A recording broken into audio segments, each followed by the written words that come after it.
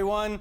Now, I know that it's hard to keep up on top of what's going on in the Holy Land, but if you want to know more about what's happening here in Israel, I'm Aaron Porras, and this is the Weekly Review. It seems a return to lockdowns across the country is practically unavoidable now. The latest coronavirus testing revealing over 3,000 new infections since yesterday, while many communities are still fighting the health ministry's regulations. Coronavirus czar and professor Roni Gamzu's now famous traffic light plan is not even in full force yet, but already the levels of cooperation from the public is failing us. 3,150 COVID-19 cases have been confirmed in Israel since Wednesday, the largest and most alarming 24-hour spike in the country since the pandemic began, and it represents a nearly 10% infection rate.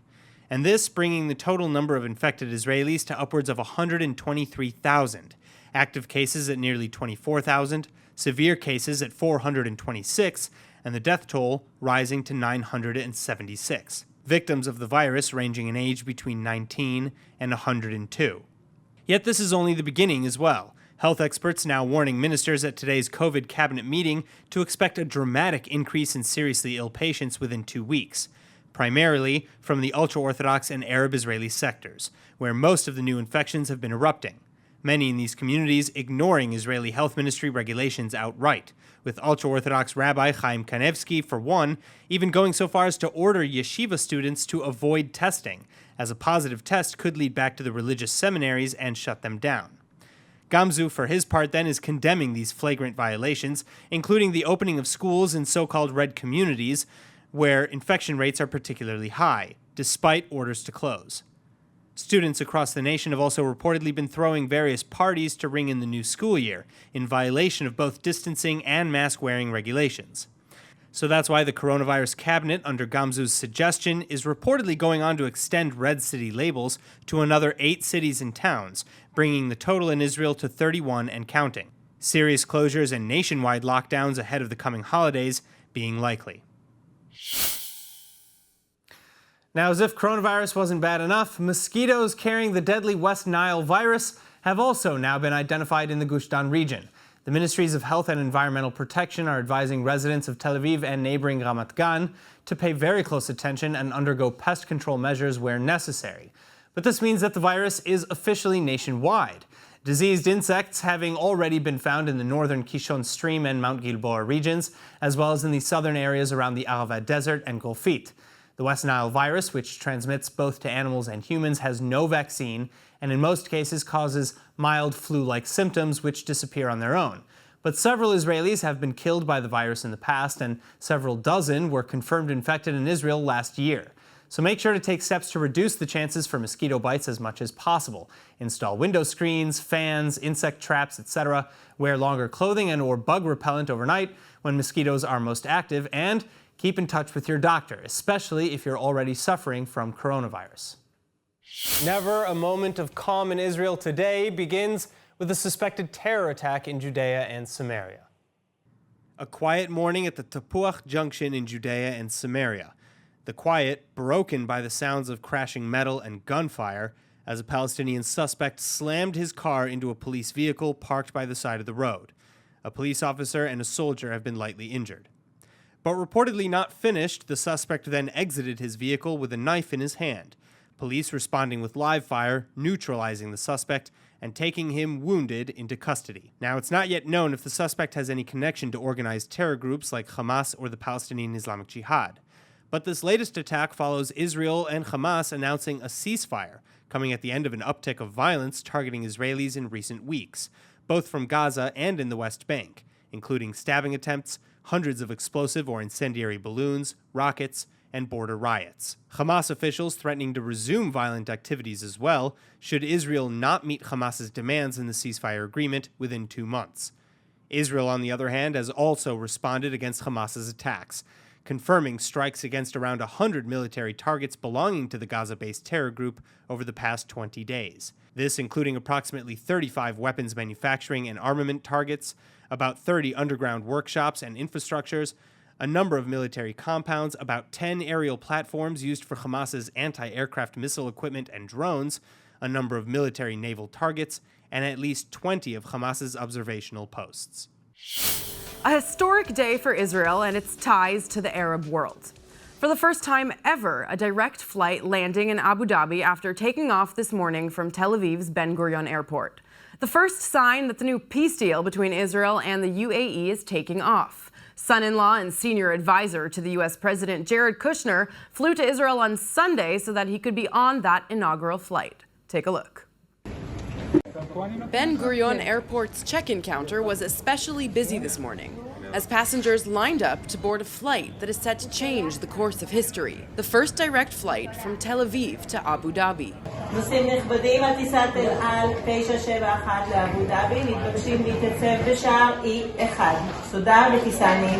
The flight is the first step in normalization between Israel and the UAE, after the U.S. brokered a peace deal between the two countries, setting the stage for a new Middle East.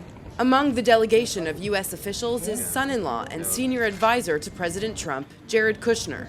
We had a great meeting with Prime Minister Netanyahu yesterday, and what I heard from him is that he has full trust and confidence in President Trump to do what is right, to protect Israel, to make sure that he further strengthens the defense relationship that we have. We have something in America called the QME that obviously helps us work with Israel very well. But with the United Arab Emirates, we have a 30-year military relationship with them. We have a lot of great systems with them, and I do believe that part of this deal is about bringing everyone forward and bringing everyone together. And I do believe that Prime Minister Netanyahu sees the opportunities that can come out of this partnership, and that's why he's been so forward-leaning in helping us create this historic peace breakthrough. But I think that all of this is hopefully a manifestation of what is possible in the Middle East. We're seeing today, over the last years, people have spoken about all of the bad things that have happened in the Middle East and all of the conflict and the chaos and the division that has existed for the last decades. But I do believe that this is ushering in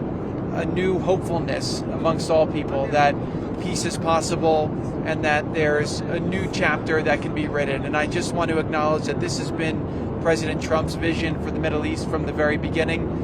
He's had to do a lot of unconventional things. He's moved a lot of plates around, but as you see, the results speak for themselves. And so President Trump has shown today that he could bring people together, and it also took great leadership between the Crown Prince, Mohammed bin Zayed, and Prime Minister Bibi Netanyahu. And while the leadership did a great job, this peace is something that's being very, very warmly welcomed by all the people. The people want to get together very quickly. There's a lot of people who want to do cultural exchange, who want to do business, and they want to live their lives. And so that's what makes me very hopeful, and did from the beginning about the Middle East, is that the people were in a different place from the politicians, and they were in a different place from what all the experts were telling us the region had to be. So I come today to you very, very hopeful and optimistic about what's possible, and just thank you all for joining us on this historic journey.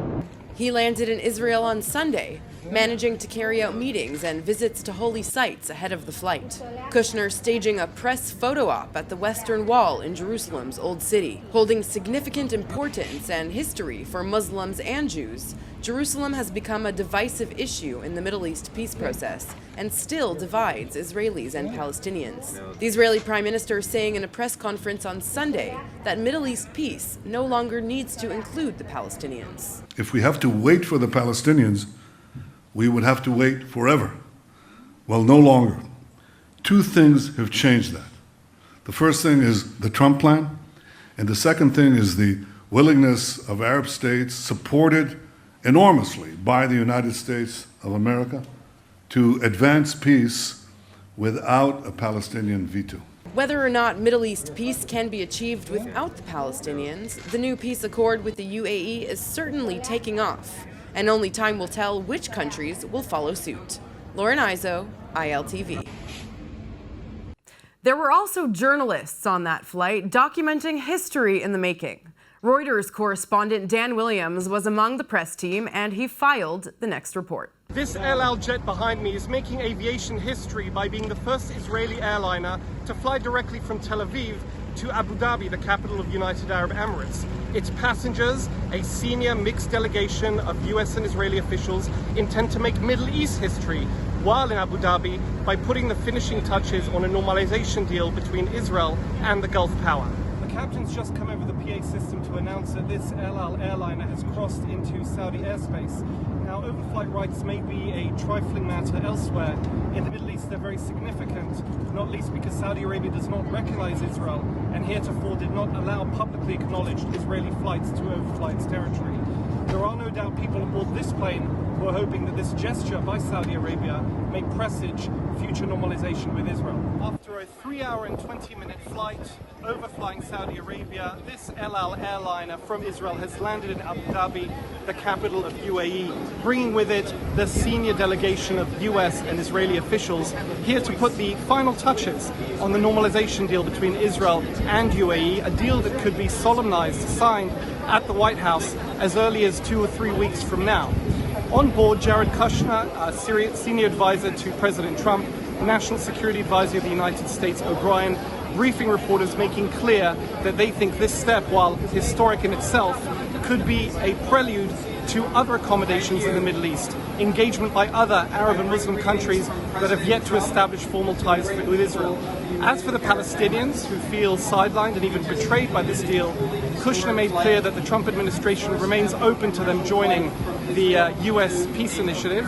However, he said they won't be chased by the Americans. The United States is busy enough and contented enough to pursue regional diplomacy. Staying in the Middle East, but moving to Lebanon, a stark warning for Israel from Hezbollah leader Hassan Nasrallah on Sunday, promising to kill an Israeli soldier to avenge the death of one of its fighters killed in Syria.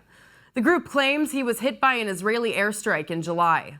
Following tensions this week, Nasrallah said he is uninterested in a conflict. في معادلة بدنا نثبتها. حكون صريح اليوم أكثر من أي وقت مضى بهالمعادلة. خل إسرائيل يفهم عندما تقتل أحد مجاهدينا سنقتل أحد جنودكم. أود أن أقول اليوم نحن منفتحون على أي نقاش هادئ في هذا المجال. يعني في مجال الوصول إلى عقد سياسي جديد. لكن لدينا شرط أن يكون هذا النقاش وهذا الحوار الوطني بإرادة ورضا مختلف الفئات اللبنانية. In the meantime, for the average Israeli, the new Israel-UAE normalization boasts some incredible opportunities, one of which is direct flights to the United Arab Emirates from Tel Aviv and through Saudi airspace, no less. But while opening up the airways is a good thing overall, it puts Israeli national airliner El Al in an even tougher spot than it already was. Financially struggling since before the now ongoing coronavirus pandemic, El Al is currently trying to negotiate its future between multiple potential buyers and a government bailout. But now the struggling carrier must also compete with expanding travel routes as the Emirati Etihad Airways opens ticket sales to Israeli citizens. This means indirect but competitive and attractive flights from Tel Aviv to destinations all over the world, including in the Middle East, Asia, and Australia. And Emirates Airlines, consistently ranked among the best in the world, will likely open up to Israelis in the coming weeks as well, putting El Al in a very difficult position and poising to take a large share of the Israeli travel market. Moving on now, the MerriamWebster dictionary is redefining the word apartheid, removing Israel as an example in its pages. It defines the term as, quote, racial segregation, and under its examples from the web, it includes an article accusing Israel of carrying out apartheid policies. After a reader complained, the company responded that it had removed the post. Since, a new petition is asking the dictionary to put that link back. So far, they have not commented on the reaction. Well, wildfires are raging in California as a result of the hot, dry weather and sparked by lightning. More than 1.2 million acres have burned, and California is under a state of emergency. Now, Israel wants to offer its expertise. A delegation of Israeli firefighters departed Ben Gurion Airport overnight to offer them a helping hand. Israel's Foreign Minister Gabi Ashkenazi said the mission is representative of the close friendship between the two nations. Trav Hawley from the California Air National Guard tweeted, "We appreciate the help from Israel here in California." Hundreds of thousands of kids in Israel are considered to be at-risk youth. Without many resources for opportunities, these kids just want an equal shot. One organization is giving the ones who need it most a chance to catch a wave and learn how to surf, even though they might not be able to afford it. ILTV correspondent Emmanuel Kadosh went to Hang 10 in Bat Yam and find out what the program is all about.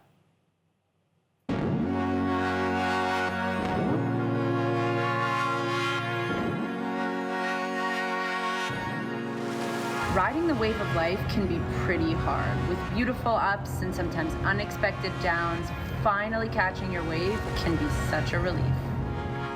Sometimes catching a break in life can seem completely hopeless and unattainable, especially if you're doing it on your own. But the nonprofit organization Hagal Sheli aims to mend that gap and encourage self-healing for youth at risk.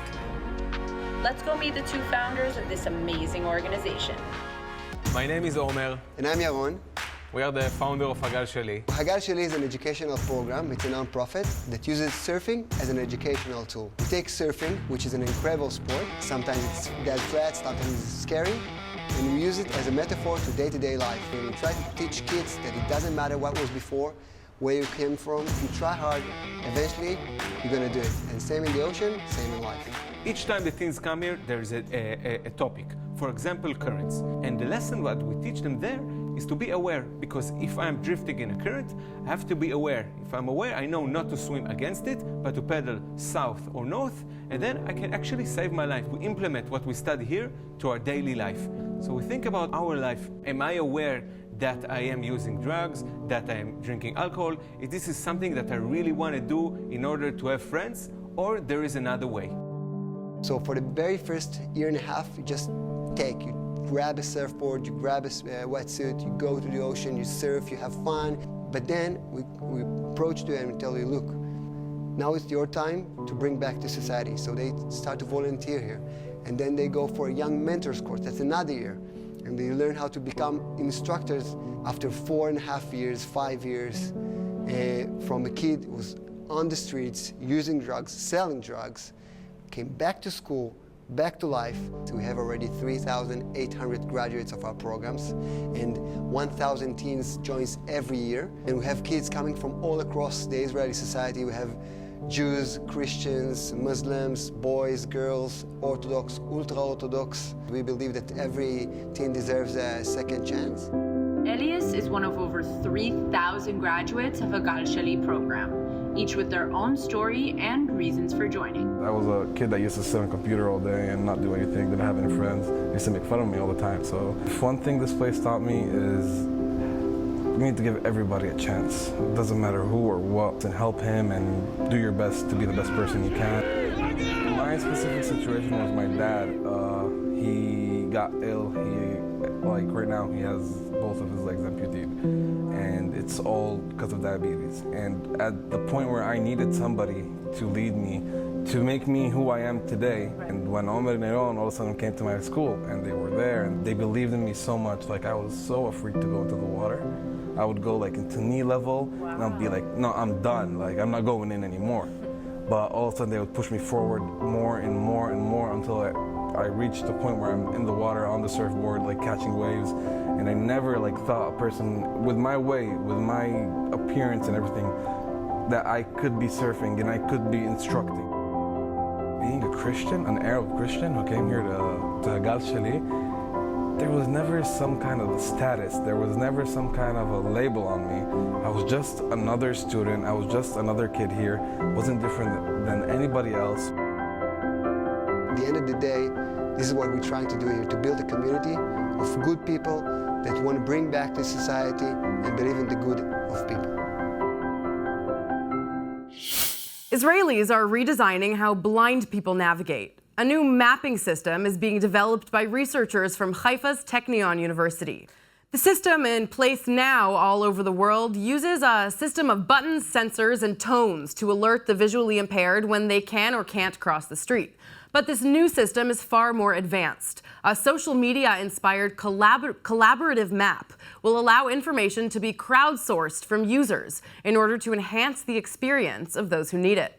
It will also suggest routes safer for the blind, opposed to the regular routes suggested by Google Maps. All right, now from the new back to the old, the Israeli Antiquities Authority is unveiling today a massive find in Jerusalem's Armon HaNatziv, or Commissioner's Palace Promenade. Looking into the past now 2,700 years, Israeli Antiquities Authorities are in the holy capital of Jerusalem, digging up the remains of what they believe to be a large royal estate. And the artifacts are in rare and incredibly preserved condition. This is the time between the Assyrian assault on Jerusalem and the time of the Babylonian conquest. In the course of the excavation, our greatest surprise was when I heard the digging vessels scraped on a large stone, and when we brushed it clean, it was the most beautiful decoration I believe ever found of the capitals decorated in that manner from the First Temple period.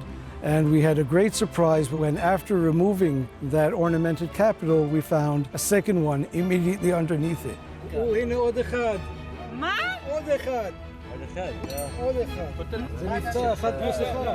But wait, there's more. The soft limestone capitals being just some of many awesome ornaments found. The experts say that they are the most beautiful in their composition, in their execution of masonry and design. We're very lucky to have them preserved in this manner. We have mini capitals decorating a window, a base of a beautifully ornamented pillar. On top of it, we can put this decorative capital. The sill was on top of that. I would call that late Iron Age Windows operating system. Culture Minister Hili Troper and excavation lead Yaakov Billig explaining how these capitals reflect the revival of the Holy City after the Assyrian siege in 701 BCE, comprising of villas and mansions and government buildings built upon the hilltop. And this while also touching on the roots of the Jewish people by connecting the old to the new in brilliant fashion. And it's not by chance that on the 5-shekel coin, we have the impression of the capital just as found in these excavations. Something unique from the kingdom of Judea 2,700 years ago, imprinted on a modern coin in the modern state of Israel.